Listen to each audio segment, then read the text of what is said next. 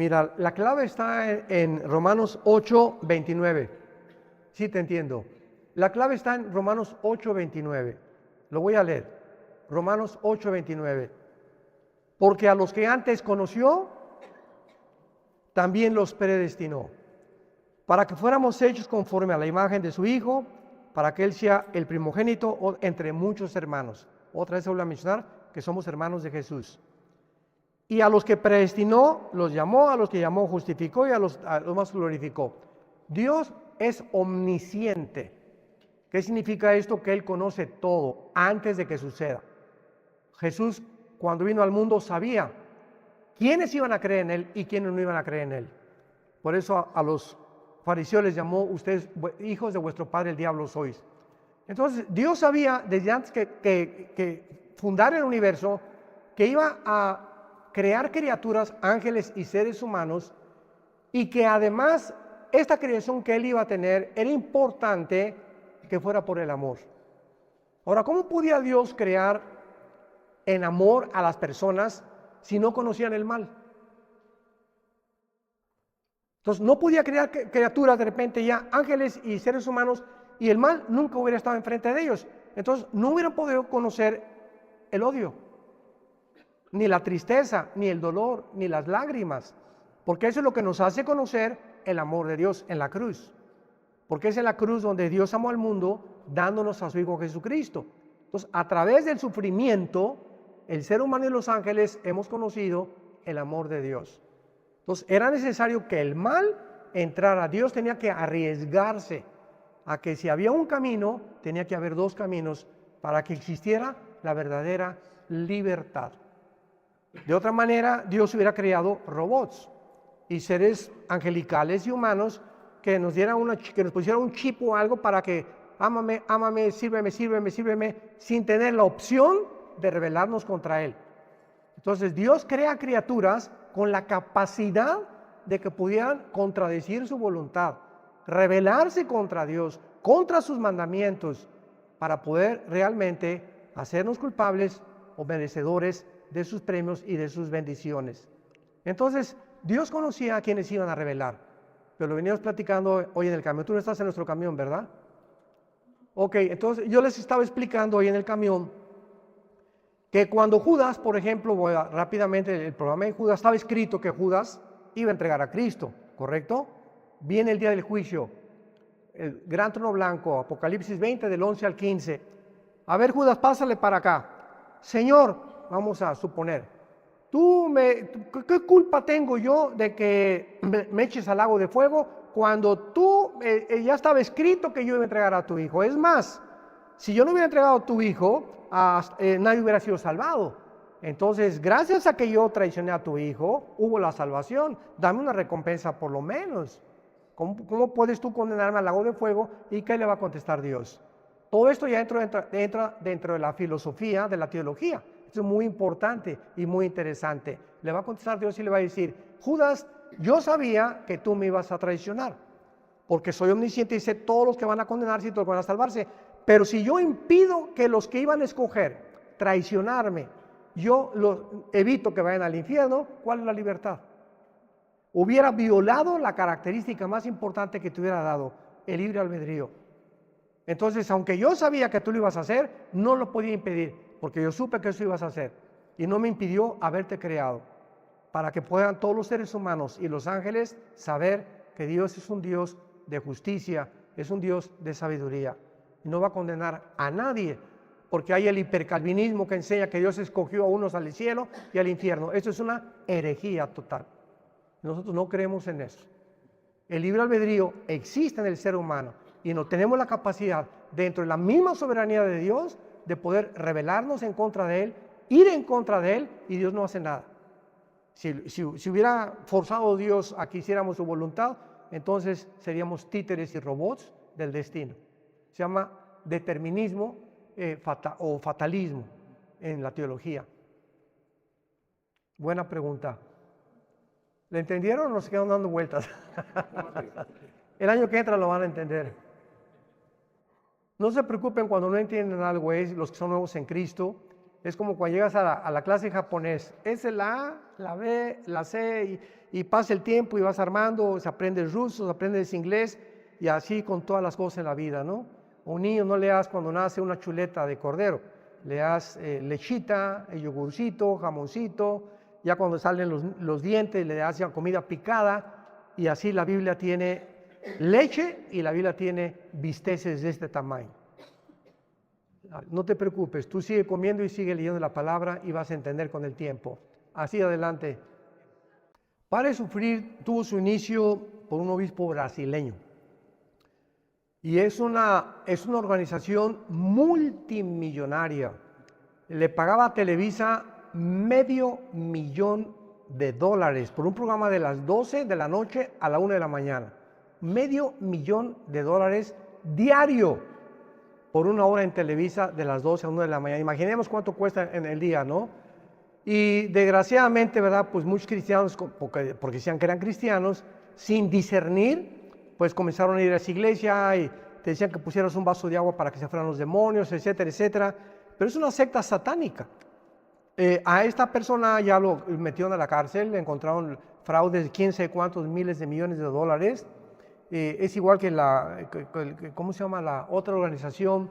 La Dianética, o la cienciología, a la que pertenece Ted Cruz y John Travolta y los de Hollywood, que fue fundada por Hoover, que tenía un barco en el Atlántico con 17 muchachas, vivía. Él era el profesor de la salud mental y la prohibieron en 7 estados de Estados Unidos, la Dianética o la cienciología. Hay tantas organizaciones como no nos imaginamos, de que traen la bandera de la religiosidad y la salud mental, y por eso Jesús dijo, yo soy la verdad, no hay nadie más la verdad más que Él. Mire, hay personas que pueden sacar demonios, y cuando sacan el demonio lo hacen precisamente para que crean que pueden sacar demonios, pero la Biblia nos enseña que le entran 7 peores después. La liberación solamente puede ser por medio del Espíritu Santo, no podemos sacar ningún demonio, es el Espíritu Santo, en el poder del Espíritu Santo, en el que obedecen al Espíritu Santo y no a nosotros. Y los demonios saben quiénes de nosotros tenemos al Espíritu Santo. ¿Sí? ¿Por acá? Sí. Ahí lo dice, a los que venzan, no borraré su nombre de la vida. Ahora, ve en 1 Juan 5, hermana, 1 Juan 5, versículo 4 y 5. Todo lo que es nacido de Dios vence al mundo. Y esta es la victoria que ha vencido al mundo, nuestra fe. ¿Quién es el que vence al mundo? Sino el que cree que Jesús es el Hijo de Dios. Ahora leámoslo otra vez. Por cuanto has guardado la palabra, y el que venciere será vestido de vestiduras blancas y no borraré su nombre del libro de la vida. Ahí está afirmando que no nos va a borrar. O sea, los que creen que se pierde la salvación, porque en el cristianismo hay 2 líneas, se llama arminianismo y calvinismo. Y aunque a mí me preguntan, ¿usted qué es arminiano o calvinista? Yo soy cristiano, porque no sigo a ninguno de ellos dos. Arminio enseñaba que se perdía la salvación, Calvino que no se perdía la salvación, y otras cosas que son muy exageradas. Entonces, los arminianos o los que enseñan que se pierde la salvación son principalmente nuestros hermanos carismáticos y pentecostales, los que se enseñan que se pierde la salvación. Entonces usan este versículo cuando este versículo nos enseña lo contrario, que los que venzan no serán borrados del libro de la vida. ¿Y quiénes son los que vencen? Los que somos cristianos, los que hemos creído en Jesucristo. Exactamente, somos mucho más que vencedores. Hay 5 pasajes en el Nuevo Testamento que parecen indicar que perdemos la salvación. Se encuentran en Hebreos y este es otro de los versículos. Y cuando los examinamos, nos damos cuenta que no enseñan lo que están enseñando. Han completamente torcido las Escrituras. Pero son hermanos de nosotros y tenemos que amarlos. Porque en el cielo vamos a estar los dos. Nada más que la única cosa es que triste vivir con la inseguridad. Híjole, si peco, pues, oye, la sangre de Cristo nos limpia de todo pecado. No es que ustedes que creen que no se pierde la salvación, pues entonces puedo hacer lo que me da la gana. Dice en Gálatas 5, a libertad fuimos llamados, solamente que no la usemos como libertad para la carne. Entonces cualquier cristiano que diga, pues como yo no pierdo la salvación, voy a hacer lo que me da la gana, no es cristiano. Porque el que es cristiano, el amor de Cristo nos constriñe y nos impele, nos motiva a vivir en santidad. Muy bien. Ok, ese es el poder del Evangelio. Que cuando se predique el Evangelio y tú lo crees, Dios te da el poder para que tú puedas resucitar espiritualmente. Una vez me dijeron, pero ¿cómo puede un muerto levantarse? ¿Verdad? Pero es un muerto físico. Pero Dios dejó dentro del ser humano, aunque estamos... Y acuérdate que la palabra muerte no significa cesar de existir.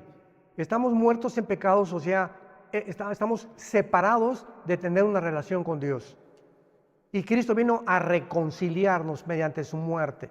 Entonces, el Evangelio es, Cristo murió por ti, fue crucificado, enterrado y resucitado los 3 días. 1 Corintios 15, el 1 al 4. Ese es el Evangelio. Nunca cuando prediquen el Evangelio o quieres ganar a tu amiga a Cristo, oye, Dios te ama. También te puede decir Buda te ama y Confucio te ama, como decía ahorita nuestro guía, ¿verdad? Que Alá es igual a Jehová. De ninguna manera, Jehová no es igual a Alá. Es el Dios único y verdadero. Entonces el Evangelio es decirle a la gente, vienes el avión y tienes 5 minutos o en el camión para hablarle a tu abuelita, a tu tío, al amigo de Cristo. ¿Sabe una cosa? La Biblia dice siempre que alguien murió por usted en la cruz, se llama Jesucristo, y que usted es una pecadora abuelita, y que si usted pone su confianza en lo que Él hizo, Dios perdona sus pecados por haber pagado por ellos en la cruz. Si tú le dices eso, nada más así en 1 minuto, hay un poder en lo que tú le estás diciendo que Dios va a usar, porque es una locura al que se pierde, pero poder de Dios al que se salva. Y Dios escogió un mensaje tan sencillo como ese para salvar nuestra alma. Ese fue el éxito del gran predicador Billy Graham. Ustedes oyeron el siglo pasado, Billy Graham comienza en 1949 y cualquier mensaje que tú oyas de él es el Evangelio, el Evangelio. Él no era teólogo, él solamente predicaba el Evangelio y millones de personas venían a Cristo, intelectuales, personas científicas, escritores, porque predicaba con tanto poder el Evangelio y se limitaba tanto, él lo que se llamó un evangelista. Un evangelista es el que se dedica a predicar nada más el plan de salvación. Y nosotros tenemos la costumbre de hacerlo al final de cada servicio. Siempre predicamos antes quién quiere recibir a Cristo. Es muy importante echar las redes para jalarlas y a ver cuántos peces podemos ganar para Él. Primera de Pedro, capítulo 3, versículos 9 y 10. Porque Dios no quiere que nadie se pierda, sino que procedan al arrepentimiento. La voluntad de Dios es que nadie se pierda. Y Él podría imponerse que nadie se perdiera, pero ese es lo que Él desea. Pero precisamente el libre albedrío nos condena para poder tener la libertad de escoger o rechazar el amor de Dios. Entonces la soberanía de Dios o sea, si Dios soberanamente dijera, estos se van al infierno, ese se llama el hipercalvinismo. Eso no existe en la Biblia. Para que todo aquel que en Él crea no se pierda, mas tenga la vida eterna. El mensaje se extiende a todo el mundo. Jesús dijo, vengan a mí los trabajados y cargados. Ahí implica la voluntad. Vengan a mí todos los que están trabajados y cargados, y yo los haré descansar. Entonces no quita eso de tu mente, de que a lo mejor Dios no quiere, no, Dios quiere que tu hijo sea salvo. Eso es, no hay la menor duda. Claro, y descansar porque Dios lo va a traer, pero de la oreja. Porque la voluntad de Dios es salvar familias. Todos ustedes han sido salvados. En nuestra familia fue Alejandro el primero que recibió a Cristo. Luego fui yo, ¿verdad? El segundo. De la oreja me trajo el Señor. Y luego otra hermana y ahorita toda mi familia, todos menos mi papá que se murió en el 70. Él era muy, muy católico, era franciscano. Y en su ignorancia nunca leímos la Biblia nosotros, nunca, jamás. Yo me hice comunista por la hipocresía de Roma. Yo quería ser cura a los 13 años, 14 años. Y cuando vi tanta hipocresía del obispo que no me contestaba lo que yo le preguntaba esas cosas, y cuando me dijeron que tenía que hacer el voto del celibato, de no casarme nunca, salí corriendo de ahí. Desde niño fui muy noviero, entonces me decepcioné mucho y yo creí que no había la verdad, que todo era relativo. Y abracé la ideología de Marx, la dialéctica materialista. Y hasta que mi hermano vino y ya me habló de Cristo, mi hermana, así. Pero Dios nos salva para que toda la familia seamos nosotros la luz. Mi hermano en este caso fue la luz de nosotros. Miren, en el año 70 llegó el general Tito Romano, enviado por su papá Vespasiano, el emperador romano, y destruyó completamente la ciudad de Jerusalén, fue incendiada, cumpliéndose la profecía de Cristo que no iba a quedar piedra sobre piedra. Del año 70 al 48 que Israel regresó el 14 de mayo a su tierra por primera vez, pues pasaron casi 2000 años. Entonces ahora encontramos de que los judíos ya en su tierra regresaron nacionalmente, no espiritualmente, porque hay dos regresos de Israel bíblicamente. El primero ya se cumplió, es en Ezequiel 37, los huesos secos, que fue la visión que tuvo Ezequiel. Pero el Espíritu no ha entrado en ellos, porque siguen creyendo que Jesús no es el Mesías. Entonces ahora ya están planeando el tercer templo, ya tienen todo. Pero cuando destruyeron Jerusalén, en el año 600 después de Cristo, Omar, un califa musulmán, construyó exactamente arriba del templo judío la mezquita de Omar, o la cúpula de la roca, esa dorada que se ve en Jerusalén. En todas las fotos de Jerusalén está la cúpula dorada, es una mezquita, donde ya vimos que nos quitan los zapatos si la quieres visitar, etcétera, etcétera, ¿no? Entonces, el dilema es ese. ¿Cómo pueden ellos, los judíos, construir su templo si una mezquita está construida ahí? Habría una revolución, una guerra tremenda, habría un derramamiento de sangre tremendo. Y ahora ya en las últimas semanas, no sé si han visto los periódicos, cómo han entrado al monte del templo, tú me has mandado muchos reportes, donde están encontrando ya a los judíos con los musulmanes peleándose otra vez, y los judíos diciéndoles, este es nuestro lugar. ¿Qué va a pasar? No sabemos. Tal vez un terremoto la derribe, o tal vez venga la invasión de Ezequiel 38 de Rusia, Irán, Turquía, que va a pertenecer también al gobierno del anticristo, Etiopía, Libia, Sudán, naciones del norte de África, vienen en Ezequiel 38 contra Israel. Y a lo mejor después de esta guerra sangrienta que tenga Israel, el anticristo les va a garantizar a los judíos que pueden reconstruir su templo, y los musulmanes lo van a aceptar. Pero tiene que ser reconstruido el templo a fuerza, porque en Apocalipsis 11, versículos 2 y 3, dice que se le dio una vara de medir a Juan por 3 años y medio, que es lo que dura los primeros 3 años de la tribulación. ¿Cuál de las tres, verdad? La nena fue la primera que levantó su mano, la de negro. 2 preguntas más, me están diciendo, esta y otra más, y ya. Isaías 26. Si buscan en Isaías 26, vean vean nada más los tesoros que la Biblia tiene escondidos, Eso es increíble. Muy buena pregunta. Dice en Isaías 26, versículo 14. Isaías 26, 14. ¿Hasta allá atrás se oyó? Dice así: muertos son, no vivirán. Han fallecido, no resucitarán. Porque los castigaste y destruiste y deshiciste todo su recuerdo. Pregunta: ¿a quién se está refiriendo el Espíritu Santo? Porque tanto los buenos como los malos vamos a resucitar. Juan 5, 24 en adelante. Todos los muertos oirán la voz del Hijo de Dios, los que hicieron lo bueno a salvación, y los que no hicieron lo malo a condenación. Entonces, ¿a quién se está refiriendo? Y aquí, si lo quieres apuntar en el libro ¿ven por qué es importante que traigan sus notitas y sus apuntes y su Biblia?